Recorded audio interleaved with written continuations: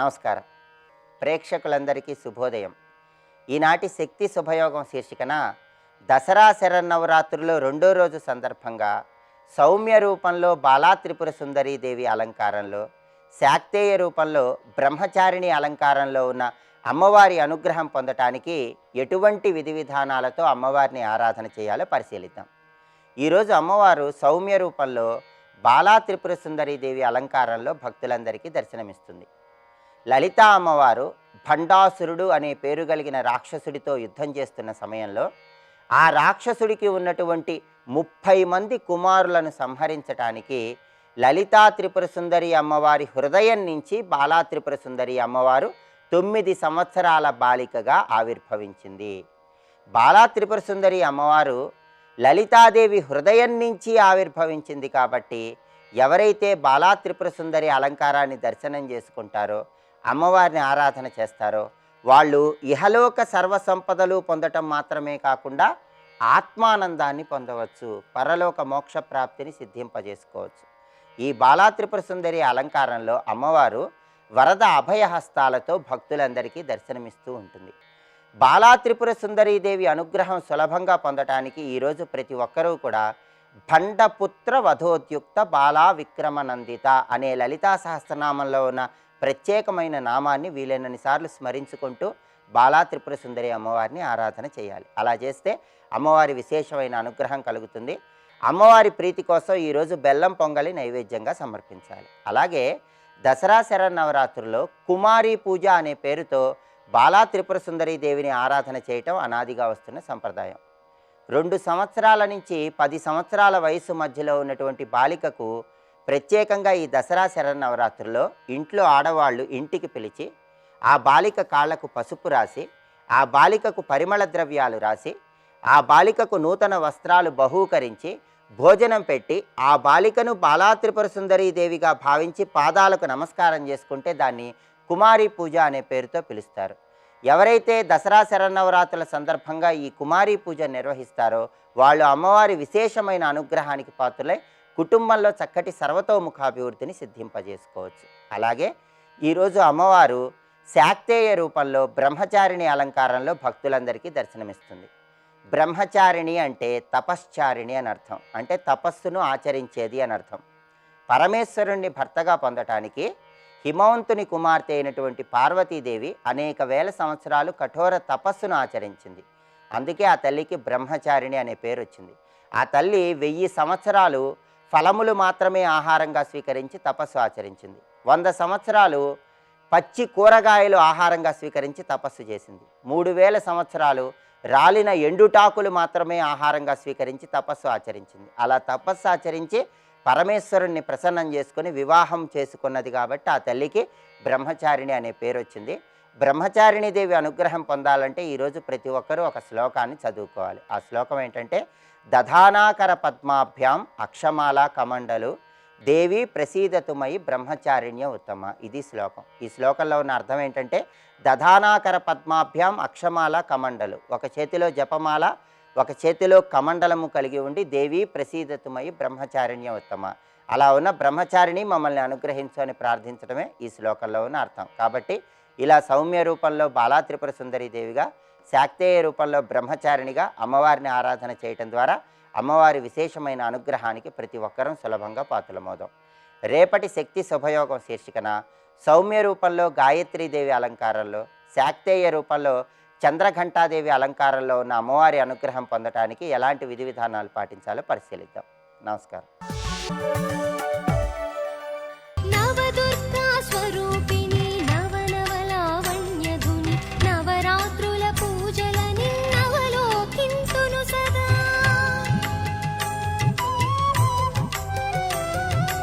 ప్రణత జనతాపవర్గా కృత రణసర్గా ససింహ సంసర్గా కామాక్షి ముదిత భర్గా హత రిపువర్గా త్వమేవ సా దుర్గా. దుర్గాం దేవీం శరణమహం ప్రపచ్చే.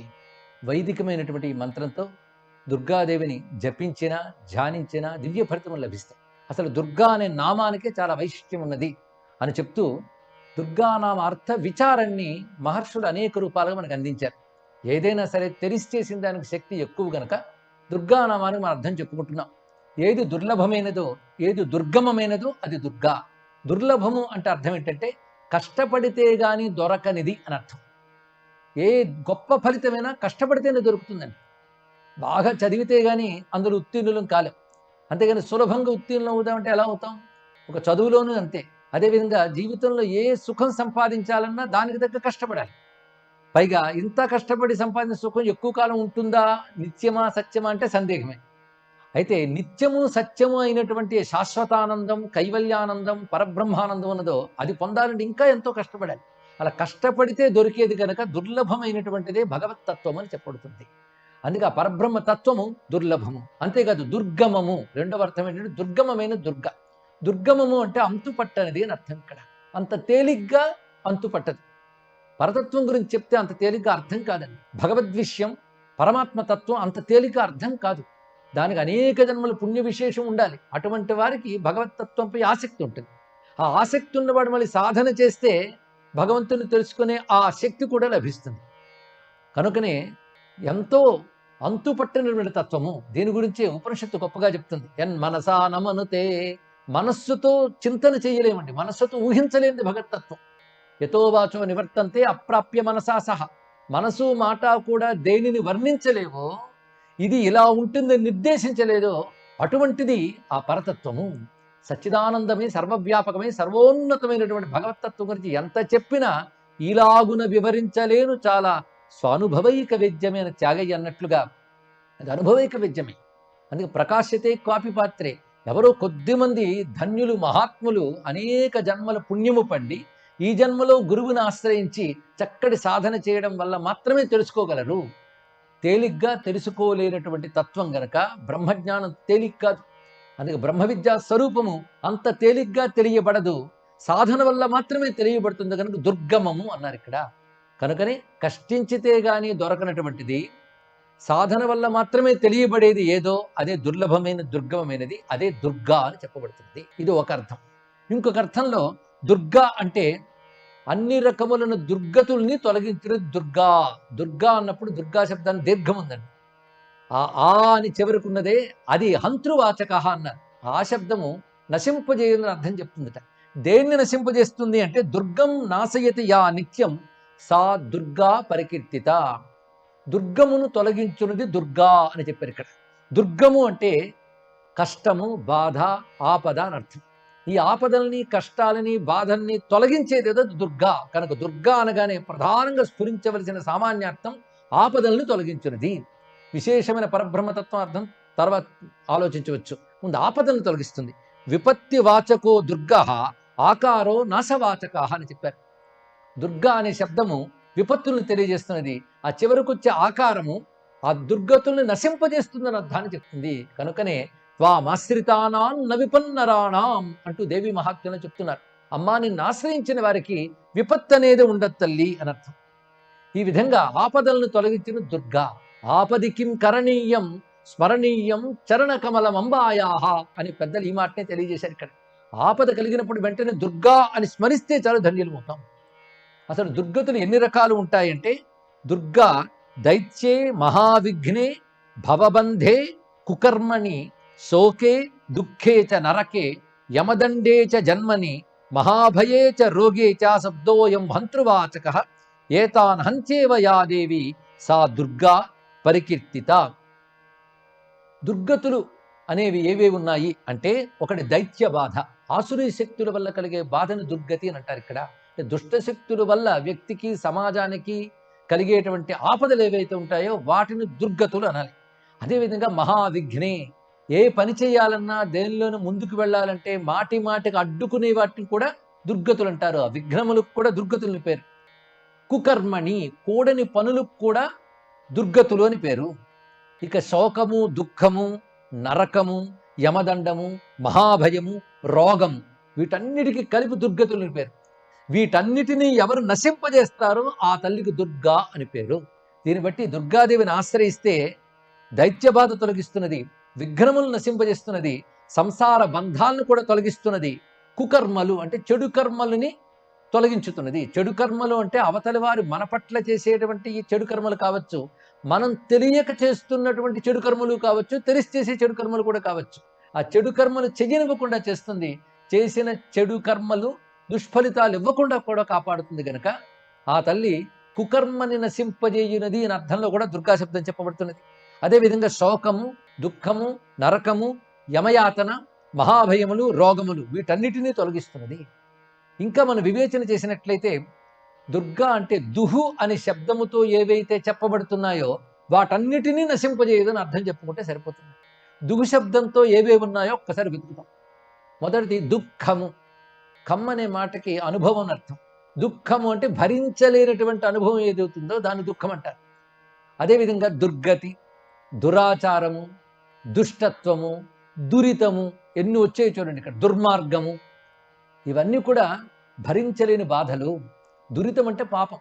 ఈ పాపం వల్లే అన్ని దుర్గతులు వస్తాయి. కనుక పాపాలను కూడా నశింపజేసేది ఆ తల్లి. ఎందుకంటే పాపం నశిస్తే అనేక దుఃఖాలు పోతాయండి. కనుక దుఃఖాన్ని పోగొట్టడమే కాదు, దుఃఖమూలమైన పాపాలను కూడా పోగొడుతుంది కనుక దుర్గానామం అంత విశిష్టంగా చెప్పబడుతుంది. ఈ దుర్గ ఎవరయ్యా అంటే తతో దుర్గా హరే శక్తి హరిణా పరికీర్తిత దుర్గేతి దైత్య సమనోప్యాకారో నాశవాచక అని చెప్పారు ఇక్కడ. పరమేశ్వరుని యొక్క శక్తి, పరాస్య శక్తి వివిధైవ సూయతే స్వాభావికి జ్ఞానబల క్రియాచ అని ఉపనిషత్తు చెప్పినట్లుగా పరమాత్మ యొక్క స్వాభావికమైనటువంటి శక్తి దుర్గా. అందుకే దుర్గా అనే నామం ఇంత విశేషంగా చెప్పబడుతున్నది. తెలియక దుర్గా దుర్గా అంటున్నాం కానీ తెలిసి దుర్గా అన్నాక దాని అర్థం తెలిసాక ఇన్ని అర్థములు దానివల్ల లభిస్తాయని మనకు తెలుస్తుంది. అర్థములు అంటే ప్రయోజనాలు అని అర్థం. దుర్గానామం వల్ల ఇన్ని ప్రయోజనాలు ఉన్నాయి. అందుకే వేదమాత తాం దుర్గాం దుర్గమాం దేవీం అంటూ అద్భుతంగా దుర్గానామాన్ని ఆవిష్కరించింది. అథర్వశీర్ష మంత్రముల యందు దుర్గాదేవి యొక్క వైభవాన్ని చెప్తూ హృత్పుండరీక మధ్యస్థ ప్రాతఃసూర్య సమప్రభ పాశాంకుశధరాం సౌమ్యాం వరద అభయహస్తక నమామి త్వాం మహాదేవీం మహాభయ వినాశిని మహాదుర్గ ప్రశమని మహాకారుణ్య రూపిణి. దుర్గతుల్ని దునుమాడేటప్పుడు ఆ దుర్గ తీవ్రంగా కనబడుతుంది కానీ దయ యొక్క రూపమే అన్నారు. మహాకారుణ్య రూపిణి దుర్గ. దుర్గ అంటే దయాస్వరూపిణి. ఎంతో దయ కలిగి ఉన్నది గనకనే జగత్తును ఉద్ధరించడం కోసం ఆ తల్లి అసుర శక్తుల్ని అంటే బాధించే శక్తుల్ని తొలగిస్తున్నది. ఆ తల్లిని హృత్పద్మంలో ధ్యానించమని చెప్పారు. ఈ తల్లికి భువనేశ్వరి అని, లలిత అని, లక్ష్మి అని అనేక నామములు చెప్పబడుతున్నాయి. ఉదయిస్తున్న సూర్యుని వంటి ఎర్రని కాంతులతో ప్రకాశిస్తూ అభయ వరద హస్తాలతో మరొక 2 చేతుల్లో పాశాంకుశములు ధరించి 4 చేతులతో ఉన్నటువంటి తల్లిని వరాంకుశౌపాసమభీత ముద్ర కరీర్వహంతీం కమలాసనస్థాం బాలార్క కోటి ప్రతిభాం త్రినేత్రాం భజేహమంబాం జగదీశ్వరీం తాం అని మనం నమస్కరిస్తాం. ఆ స్వరూపాన్ని అథర్వశీర్షము ద్వారా వేదం మనకి వర్ణించి చూపిస్తున్నది. యస్యాహ పరతరం నాస్తి సైషా దుర్గా ప్రకీర్తిత. ఎవరిని మించి మరొక తత్వము లేదో ఆ సర్వోత్కృష్టమైనటువంటి తత్వమనే దుర్గ అనాలి అని స్పష్టముగా వేదం ఇచ్చిన నిర్వచనం. దీన్ని బట్టి ఉపనిషత్తులు వేదములు కూడా ఏ సర్వోత్కృష్టమైన పరతత్వాన్ని, పరబ్రహ్మ స్వరూపాన్ని ప్రతిపాదన చేస్తున్నాయో దానికే మరొక పేరు దుర్గా అని తెలుస్తున్నది. తాం దుర్గాం దుర్గమాం దేవీం దురాచార విఘాతిని నమామి భవభీతోహం సంసారార్ణవతారిణి. ఈ శ్లోకం కూడా అథర్వశీర్షంలోనే మనకు కనబడుతున్నటువంటి గొప్ప మంత్రం ఇది. ఈ శ్లోకాన్ని మంత్రంగా కూడా చదువుకోవచ్చు. తాం దుర్గాం దుర్గమాం దేవీం. ఇక్కడ తాం అనే మాట తచ్చబ్దానికి చెప్తున్నటువంటి విశేషం. అంటే తాం అంటే తత్ అనే పదం ద్వారా చెప్పబడుతున్నది. తత్సవితుర్వరేణ్యం అనే మాటలో తత్ అనే శబ్దం బ్రహ్మముని చెప్తుందో ఆ బ్రహ్మమే జగన్మాత గనక అటువంటి దుర్గను దుర్గమాం అంత తేలికగా అంతుపట్టనటువంటి ఆ తల్లిని, దురాచార విఘాతిని దురాచారములను తొలగించే తల్లిని శరణు వేడుతున్నాను అంటూ వేద ఋషులు ప్రస్తావన చేశారు. అలా శరణు వేడదగినటువంటి ఆ పరతత్వ రూపైన దుర్గకు నమస్కరిస్తూ స్వస్తి.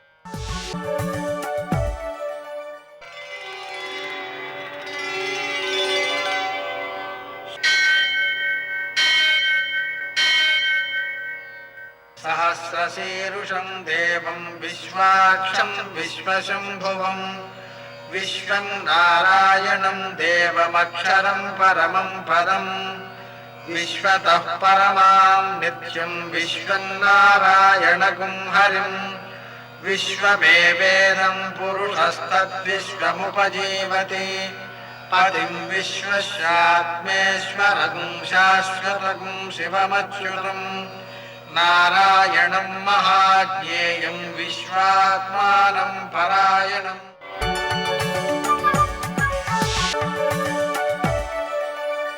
सूर्यशौर्यमथेन्दुरिन्द्रपदवी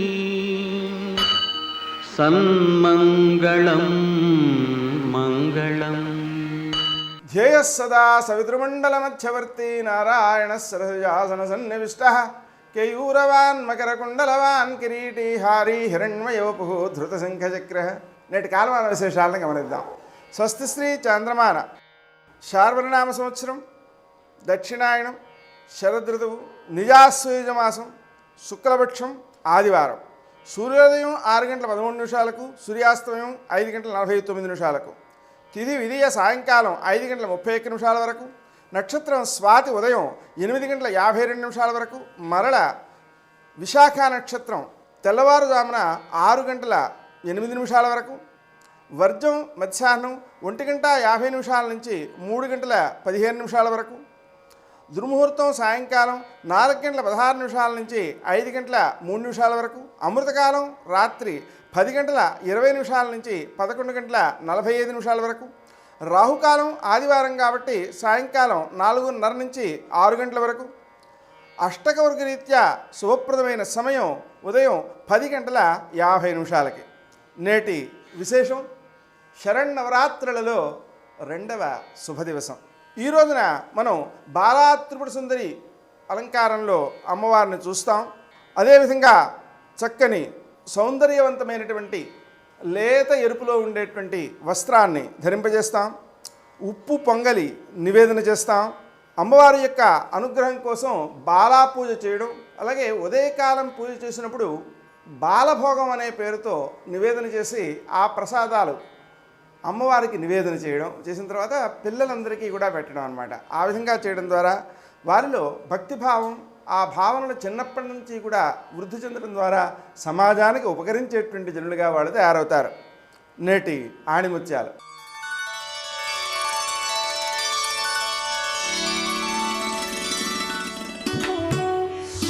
ధర్మం తప్పనివాడు ఎప్పుడూ విజేతే.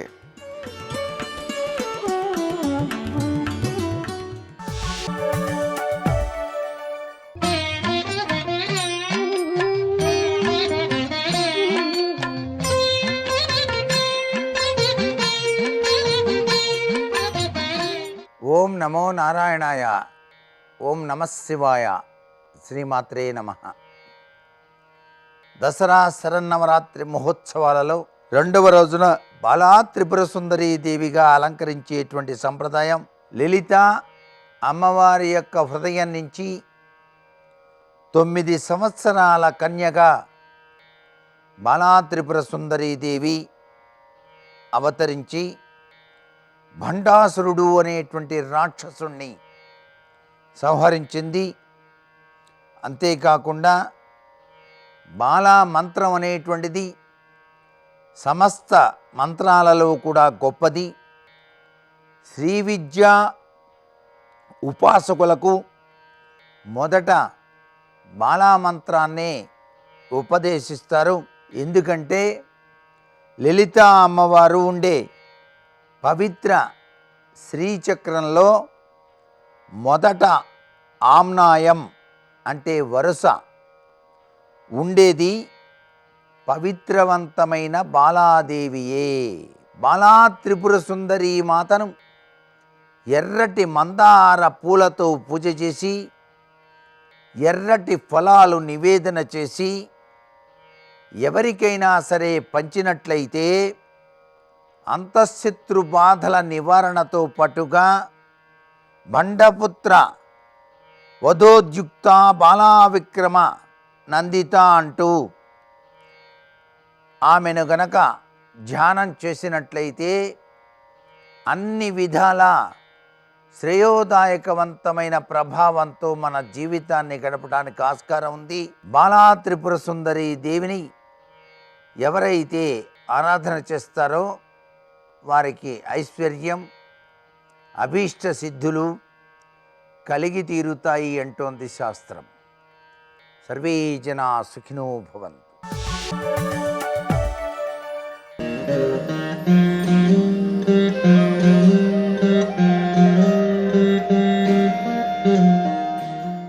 శరన్నవరాత్రుల సందర్భంగా ఈరోజు అష్టాదశ శక్తిపీఠం ద్రాక్షారామంలో కొలువైన శ్రీ మాణిక్యాంబ అమ్మవారిని మీ ముందుకు తెస్తోంది మీ ఆరాధన.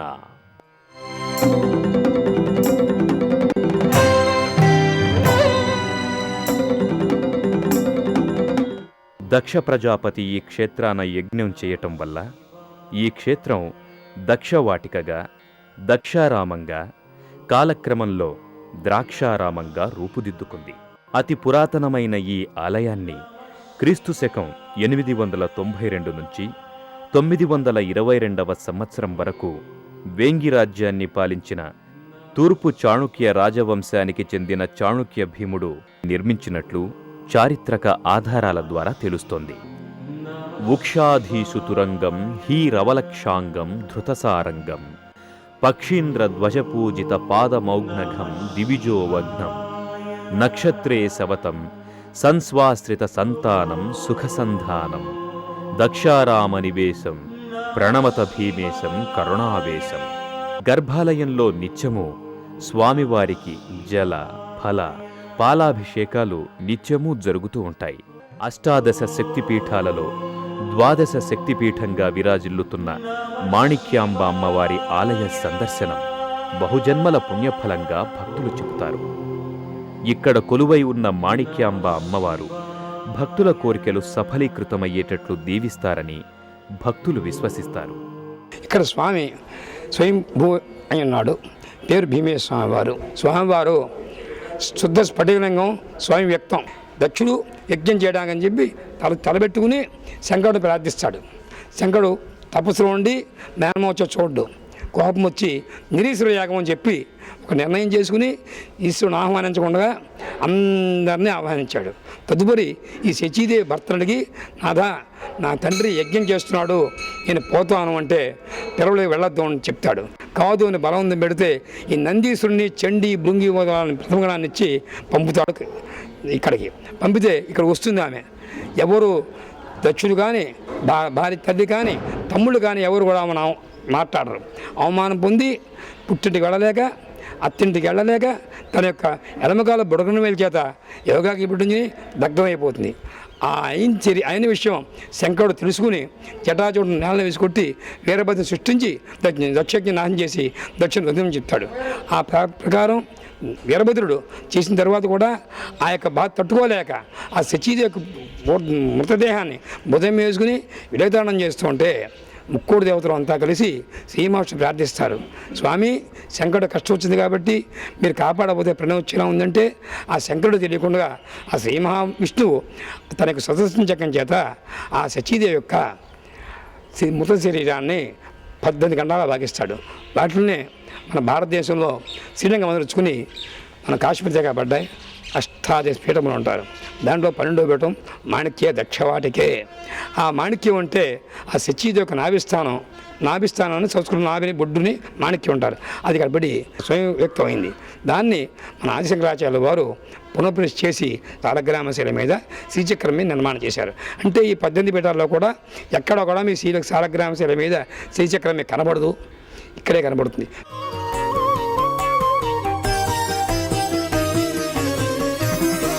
सर्वमङ्गलमाङ्गल्ये शिवे सर्वार्थसाधिके शरण्ये त्र्यम्बिके देवी नारायणि नमोऽस्तुते. शिवकामिनी शिवानी भयहारिणी भवानी विश्वविनोदिनी विजय विनाशिनी శివకామిని శివాని. అనంతముగా చేతుల నిండా కాయగూరలు, ధాన్యములు, మూలములు అన్నిటినీ పట్టుకొచ్చి నిలబడి వచ్చిన వాళ్ళందరికీ అందించింది. అందుకే శాకంభరి అన్న పేరు వచ్చింది.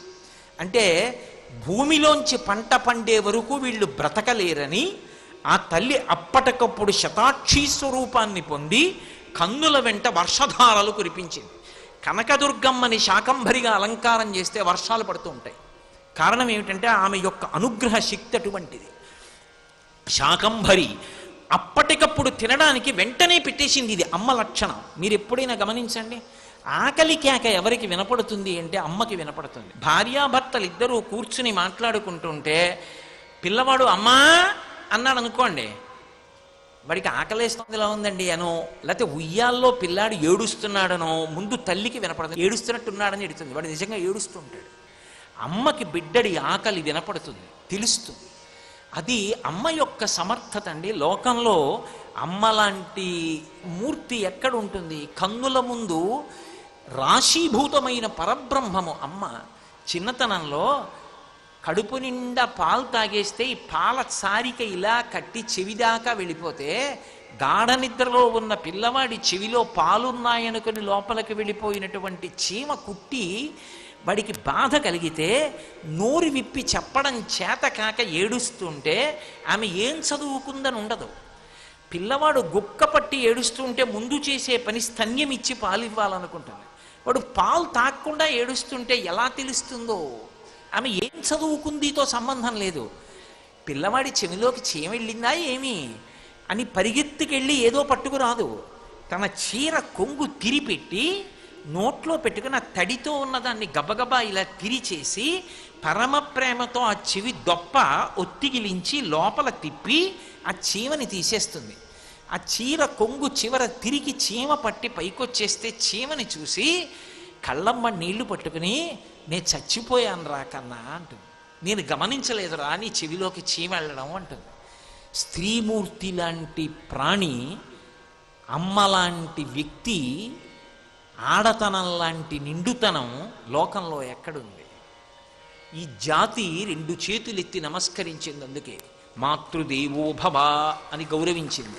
ఆ తల్లి శాకంభరి అయి అందరికీ అన్నీ అందించింది. అన్నీ అందించినటువంటి తల్లి వెంటనే నేను వీళ్ళందరినీ బాధ పెట్టి సంతోషిస్తుంటే ఆవిడొచ్చి అన్నం పెడుతోందిట. అన్నం కాదు, కాయగూరలు అవి అందిస్తోందిట, పళ్ళిస్తోందిట, కాయలు ఇస్తోందిట, నీళ్ళు ఇస్తోందిట. ఇది వాడి కక్ష. అమ్మవారితో యుద్ధానికి వచ్చాడు. యుద్ధానికి వస్తే ఆ తల్లికి పెద్ద లెక్క. ఆవిడ ఆ దుర్గమాసురుణ్ణి సంహరించింది.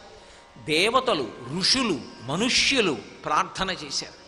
అమ్మా ఎంత కారుణ్యమూర్తివమ్మా, అమ్మా అని పిలిచినంత మాత్రం చేత మా కష్టాన్ని తెలుసుకుని మాకు అన్నం పెట్టి నీళ్ళిచ్చి కాపాడావా అని అడిగారు. అప్పుడు ఆ తల్లి ఒక మాట అంది, దుర్గమాసుర సంహత్రీత్వాత్ దుర్గేతి మమనామయ అంది. ఈ దుర్గమాసురుడు ఇంత కఠినంగా ప్రవర్తిస్తుంటే ఈ దుర్గమాసురుణ్ణి సంహరించడానికి వచ్చాను, మిమ్మల్ని అందరినీ రక్షించడానికి వచ్చాను. ఈ విషయాన్ని మీరు జ్ఞాపకం పెట్టుకోండి. దుర్గమాసురుణ్ణి చంపాను కాబట్టి ఇకపై నుంచి నన్ను దుర్గా అని పిలవండి. దుర్గా అనగానే నేను మిమ్మల్ని అనుగ్రహిస్తాను అంది. దుర్గా ఇందులో కేవలం 2 అక్షరాలు అనుకోకండి. దకార, ఉకార, రకార, అకార, మకారములు ఉంటాయి. ఈ 5 బీజాక్షరాలు. ఇందులో ద అన్న అక్షరాన్ని పలికినంత మాత్రం చేత భక్తి భావనతో దకారాన్ని పలికితే దైత్య వినాశనం అవుతుంది. అలాగే ఉకారాన్ని పలికితే విఘ్నములు తొలగిపోతాయి. అకారాన్ని పలికితే శత్రువులు సంహరింపబడతారు, శత్రువులు నశిస్తారు. అలాగే గకారమును పలికితే సమస్తమైనటువంటి పాపములు కూడా నశిస్తాయి. అందుకే ఆ తల్లి దుర్గా అన్న పేరుతో వచ్చింది. సర్వం శ్రీ ఉమామహేశ్వర పరబ్రహ్మార్పణమస్తు. స్వస్తి.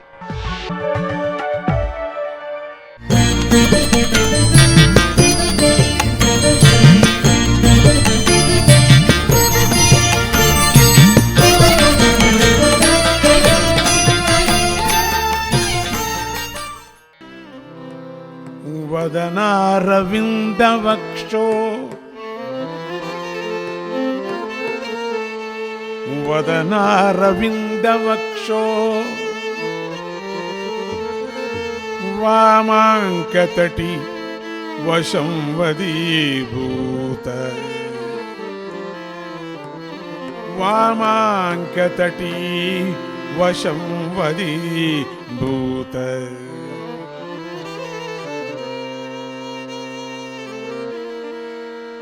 పురుష త్రితయే త్రేద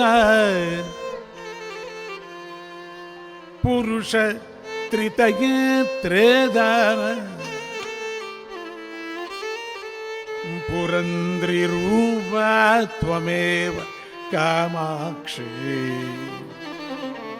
పురంద్రి రూప త్వమేవ కామాక్షి త్వమేవ కామాక్షి త్వమేవ కామాక్షి త్వమేవ కామాక్షి త్వమేవ కామాక్షి.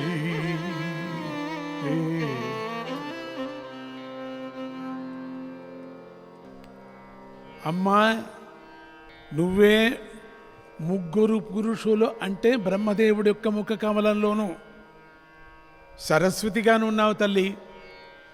ఇక శ్రీహరి వక్షస్థలంలో లక్ష్మిగాను, ఇక శివుడి యొక్క ఎడమ తొడ మీద పార్వతిగాను ఉన్నావు. ఇలా 3 విధాలుగా శ్రీ రూపాలు ధరించినటువంటి నీకు నమస్కారం చేస్తున్నా నేను. శ్రీమాతది మామూలు కుటుంబం కాదది, అతిపెద్ద కుటుంబం అది. అమ్మవారిది బహు కుటుంబం అది. కోట్ల కోట్ల కోట్ల కోట్ల కోట్ల బ్రహ్మాండాలు ఉన్నాయట. అన్ని చోట్ల కూడా పరమాత్మ ఆ రూపము అన్ని బ్రహ్మాండంలోనూ రక్షించేటువంటి జగన్మాత. అన్ని సకల ప్రాణులకు ఆ తల్లి లాలిస్తూ పాలిస్తూ ఉంటుంది. పాలిస్తూ ఉంటే రక్షణ చేస్తూ ఉన్నది. వాగ్దేవతలు మహత్ అనే విశేషాన్ని ప్రయోగించి శ్రీ మహారాజ్ఞి అని జగన్మాతను కీర్తన చేశారు. ఆ తల్లి ఈ సకల జీవరాశులకు ఎప్పుడు ఏ వేళలో ఎలాంటి ఆహారం అవసరమో, ఎంత అవసరమో అంత ఆహారాన్ని లభింపజేస్తూ ఉంటుంది. చీమకు కూడా వేస్తుందండి, కప్పకు కూడా వేస్తుంది.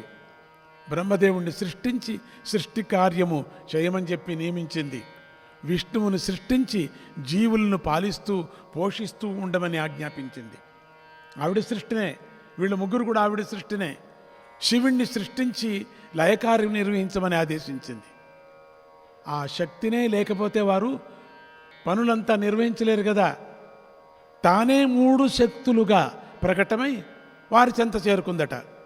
అమ్మవారు ఆ జగన్మాత సరస్వతి రూపంగా కానీ, లక్ష్మి రూపంగా కానీ,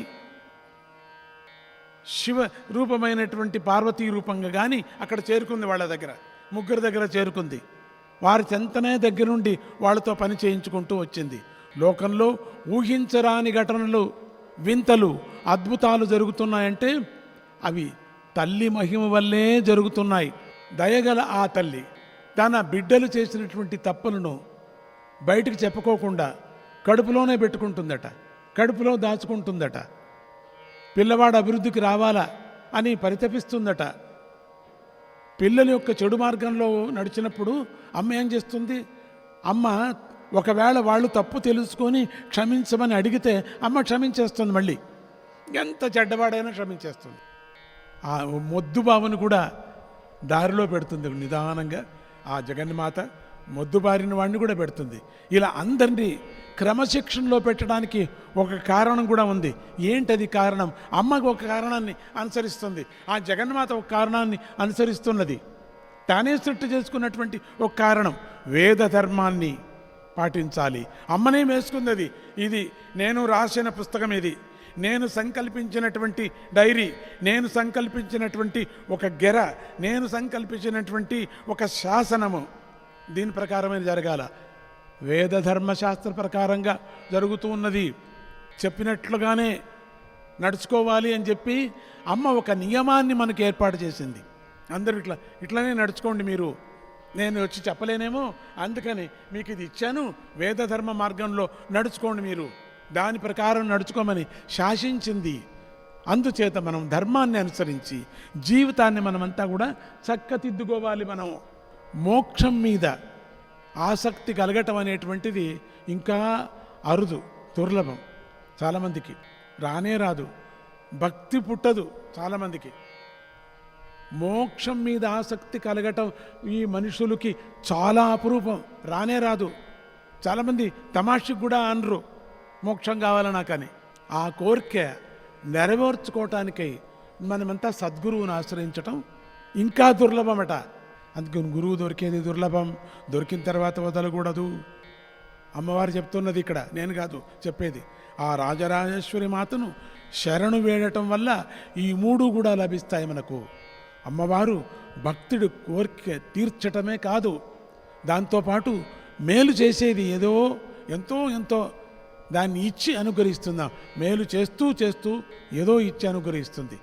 నేను మీ ఆ అమ్మవారి యొక్క రూపంలో వచ్చింది కనుక మనము కొన్ని నియమాలను తప్పకుండా ఆచరిస్తే ఆ తల్లి బాగా సంతోషిస్తుంది. తల్లి అనుగ్రహానికి పాత్రులవుతున్నాం మనమంతా కూడా. మనం పలికేటువంటి మాటలు ఇవన్నీ కూడా స్తోత్ర రూపంగా అనుకోవాలి. మనం ఏదేది పలుకుతున్నాము, ఇప్పుడు ఏదో పలుకుతున్నాం, స్తోత్రం అది. బీజాక్షరాలు ఉన్నాయి దాంట్లో.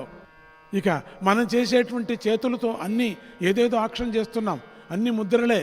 నువ్వు ఏది చేసినా ముద్రనే. ఆ ముద్రా పూజ ముద్రలు అనుకో. మనం నడుస్తున్నామే ఒక్కొక్క అడుగు, అవంతా ప్రదక్షిణం అనుకో. నడిచేదంతా ప్రదక్షిణమే. ఎక్కడ నువ్వు నడుస్తున్నావో శ్రీమాత లోపల వస్తూ ఉండని అభ్యాసం చేసుకోవాలా.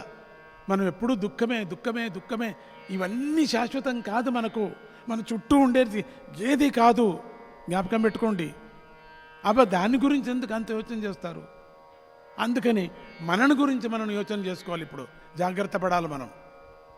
మనకు కూడా ఒక ప్రయాణం ఉంది, మనం జాగ్రత్త పడిపోవాలి. మనం దీళ్ళని గురించే కాదు, ఎప్పుడు అట్లా అనుకుంటూ నడిచేదంతా ప్రదక్షిణం అనుకోవాలా. మనమంతా ఏదేది మనం చూస్తున్నామో దృశ్యమంతా ఆ భగవతి యొక్క సృష్టి అనుకోవాలా. ఎంత బాగుంది సృష్టి. అమ్మ యొక్క ఆలోచనలంతా కూడా నీకోసరమే. నాలో ఉండే మంచి మంచి ఆలోచనలంతా జ్ఞానానికోసరమే అనుకో అని భావించాలా. ఇదే సులభమైనటువంటి ఉపాసన. దీన్ని మనమంతా తెలుసుకొని మీలోని శక్తిని చక్కగా సద్వినియోగం చేసుకోవలసింది. అమ్మ ఖండితంగా అనుగ్రహిస్తుంది.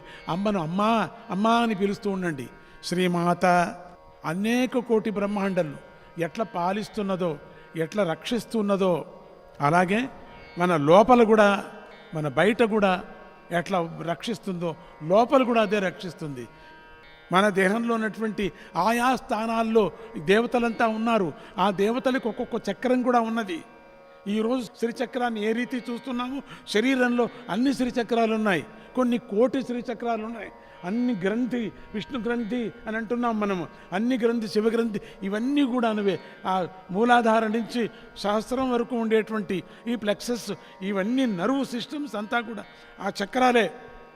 ఎంత చిత్ర రచన చేశారు, ఎక్కడెక్కడికి ఆ మార్గాలు వెళ్ళాయి, ఎటు వెళ్ళింది రక్తనాడ. అది ఒక్కటి చాలండి మనం అనుకుంటే. ఇది ఎవరి చేత అవుతుందండి? ఇది ఈ మనిషి ఎట్లా బతికాడండి? మాట్లాడుతున్నాడు, తిరుగుతున్నాడు, తింటున్నాడు, పాడుతున్నాడు.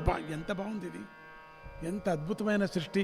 దాంట్లో మనమంతా మనుషులుగా మనం ఉన్నామండి, ఒకరికొకరు చూసుకుంటున్నామండి, ఎంత స్నేహంగా ఉండామండి, ఎంత అద్భుతమైన లోకాన్ని సృష్టించి మనల్ని సృష్టించాడండి. మనమందరూ ఒక చోట ఉన్నామండి. అబ్బబ్బబ్బబ్బబ్బ ఎంత అద్భుతమైనటువంటి లోకాన్ని సృష్టించి పెట్టాడండి మనకు. అందుచేత శరీరాన్ని పవిత్రంగా ఉంచుకోవాలి. శరీరంతో పాటు మనస్సును పవిత్రంగా ఉంచుకోవాలి. శరీరాన్ని మంచి కార్యాలకు ఉపయోగించాలి. మంచి యాత్ర చేయండి, మంచి భావనకు చేయండి, పవిత్రమైనటువంటి భావనలు పొందండి. అమ్మ ఇచ్చినటువంటి శక్తితో ధర్మాన్ని చక్కగా పాటించిన అటువంటి వాడు మంచి కీర్తి రూపంలో లోకంలో నిలిచిపోతాడు. ఇది తెలియనటువంటి ఎంతోమంది రాజులందరూ ఏం చేశారు? తమలో ఉన్నటువంటి శక్తిని అమ్మవారు ఇచ్చిందని గమనించలేక వాళ్ళంతా నేనే రాజులు, మహారాజులు నేనే, చక్రవర్తులు నేనే. ఎంత పెద్ద పెద్ద చక్రవర్తులు అయ్యారండి వాళ్ళంతా. ఏమైపోయారు వాళ్ళంతా? వాళ్ళు గమనించలే, అమ్మ ఇచ్చిన శక్తిని గమనించలే, చచ్చిపోయారు. ఎంతో ధనాన్ని మూటగట్టుకున్నారు. వాళ్ళు ఏమైనా తీసుకుపోయారా?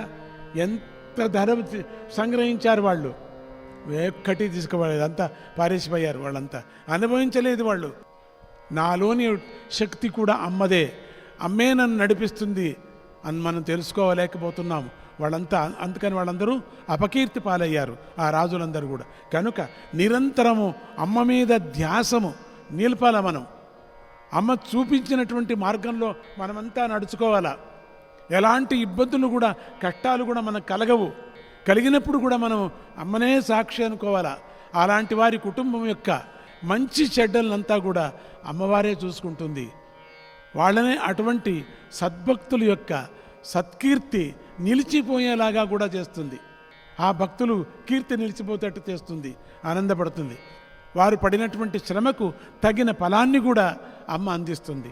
రాజరాజేశ్వరి మాత కృప మీపై అందరి మీద ఉండని అని చెప్తూ, మీరందరూ కూడా సత్ప్రవర్తనతో ఉండాలని చెప్తూ, సత్కీర్తిని పొందెదురుగాక అని అందరినీ ఆశీర్వదిస్తూ అమ్మను శ్రీమాత్రే నమః, శ్రీమాత్రే నమః.